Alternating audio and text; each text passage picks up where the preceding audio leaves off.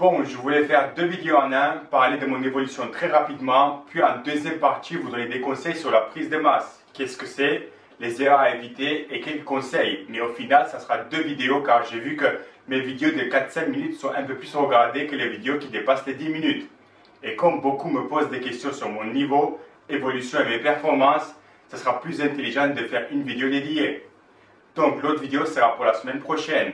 Et là, je vais vous montrer mon évolution depuis le début, comment j'ai fait, à quoi je ressemble actuellement et ce que j'ai appris durant cette période.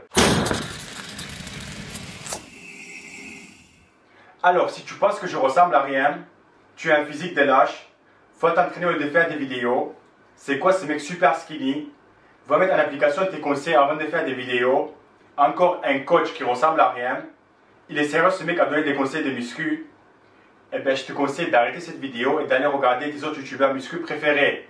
Car je pense qu'à force de traîner sur Instagram et YouTube, tu as perdu le sens de la réalité. Et c'est un peu dommage. Alors, en résumé rapide, j'ai commencé à 18 ans, pendant l'été, 3 mois dans une salle, sans vraiment savoir quoi faire. À l'époque, je faisais 1m82 et 60 kg, très maigre. 3 mois de pratique qui m'ont pratiquement servi à rien. J'ai peut-être pris 1 voire 2 kg. Puis l'été d'après, j'ai repris la salle pour 3 mois et continué à l'internat avec une paire d'haltères et poids du corps pendant 1 an. Encore une fois, sans beaucoup de résultats, car je ne suivais pas un programme de musculation, mais j'ai appris que pour construire du muscle, il fallait beaucoup manger, et j'ai beaucoup mangé. Je suis passé de 60 kg à 80 kg en 1 an. J'ai pris 2-3 kg de muscle et au moins 10-15 kg de graisse. Et c'est bien après que doucement j'ai commencé à mieux faire les choses. Apprendre les techniques, les différents programmes, me concentrer un peu plus sur les exercices de base, sur l'alimentation. Et une fois que je suis retombé à 65 kg, doucement chaque année j'ai pris, je dirais, 2-3 kg de muscle. Pour qu'aujourd'hui, ou plutôt il y a 3 semaines, j'étais à 1m82, 85 kg. Et je ressemble à ça.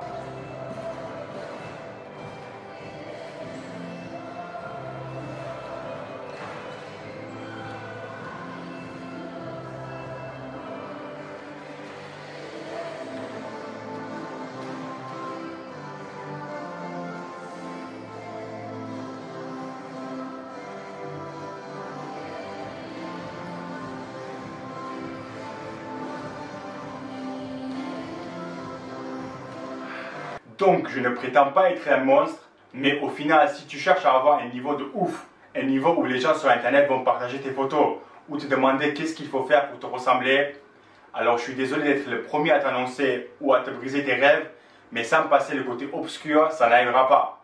Ton corps naturellement n'est pas fait pour avoir une grosse masse musculaire et être en dessous de 10% de taux de graisse. Et c'est là où les gens, surtout les gens, ont du mal. Beaucoup se moquent du physique des gens de haute musculation et ils pensent qu'il a un physique de lambda. C'est toujours la période. La prochaine fois que tu vas à la plage, mets-toi à un endroit où il y a du monde. Et dans ta tête, au hasard, compte une centaine d'hommes entre 18 et 40 ans. Et pendant que tu les comptes, essaye très rapidement de les comparer avec le physique de gens ou même mon physique. Et tu verras que parmi les 100 que tu as comptés, je serais vraiment surpris s'il y a plus d'une ou deux personnes avec une meilleure physique et maximum 5 qui ont le même niveau. Donc fais les tests et tu verras que ce physique n'est pas du tout un physique de lambda. Et arrêtez de comparer la vraie vie avec les photos que vous trouvez sur Internet ou les personnes qui vendent des services de coaching. Voici un exemple que j'ai trouvé en ligne. Je ne sais pas qui c'est, ce qu'il fait et je m'en fous un peu. Mais cette photo ne devrait pas être avant et après musculation, mais plutôt avant et après une cure. Car beaucoup qui ont quelques années d'entraînement et qui ressemblent à ça vont être dégoûtés. Si tu penses que la photo de gauche c'est un physique de lâche, et tu viens juste de commencer la musculation, je te laisse la surprise d'ici quelques années. Au niveau de mes performances à la salle, ce qui m'intéresse le plus, et malheureusement je ne suis pas vraiment fait pour la force. Je n'ai pas la génétique pour, car malgré que je sais vraiment ce qu'il faut faire pour progresser, je vois avec ceux que j'ai en coaching ou qui s'entraînent parfois avec moi, que je ne suis pas fait pour la force. Et je n'ai pas un bon niveau et je n'aurai jamais un gros niveau. Donc si tu veux te moquer de moi en ligne, au lieu de me dire que je ressemble à rien, ça sera plus intéressant de me dire que je suis faible. Au moins ça risque de me toucher un peu, car c'est la réalité. J'ai pas mes max dans ce moment et je ne m'entraîne pas vraiment pour, mais je dirais que si tu me donnes 2 mois, mon max au développé couché à 125, 130, 155, 160 au squat et autour de 190 pour le soulevé de terre. Pour quelqu'un qui s'entraîne comme il faut depuis plus de 5-6 ans, qui sait ce qu'il fait, il n'a pas un programme super optimal pour ça, mais il pèse quand même plus de 80 kg, ce n'est pas terrible comme charge. Mais ça ne pose pas de problème car je continue quand même à progresser un peu chaque année. Avant de finir la vidéo, voici quelques petits conseils de base que j'aurais bien aimé savoir quand j'ai commencé. Et puis je vais vous montrer quelques photos de transformation ou des physiques naturelles que j'ai soit trouvées en ligne, soit des personnes qui m'ont envoyé, que vous pouvez plus ou moins vous comparer. Ce sont des objectifs réalistes. Est-ce que je suis sûr à 100% que la personne dans la photo n'a pas utilisé des produits dopants pour arriver à ces résultats? Non, mais en tout cas ce que je peux te garantir, c'est qu'avec quelques années d'entraînement, avec une alimentation adaptée, ce sont des physiques que vous pouvez avoir. Donc les conseils, ne fais pas trop le yo-yo avec ton poids. Tant que tu n'es pas gros, mange en excès calorique, surtout si tu es encore un débutant.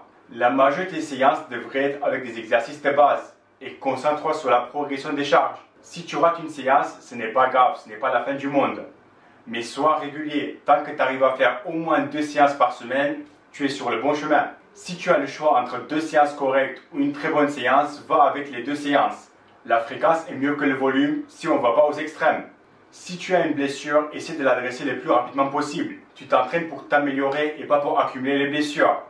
Voilà, je vous laisse avec les photos. Merci et à la prochaine vidéo.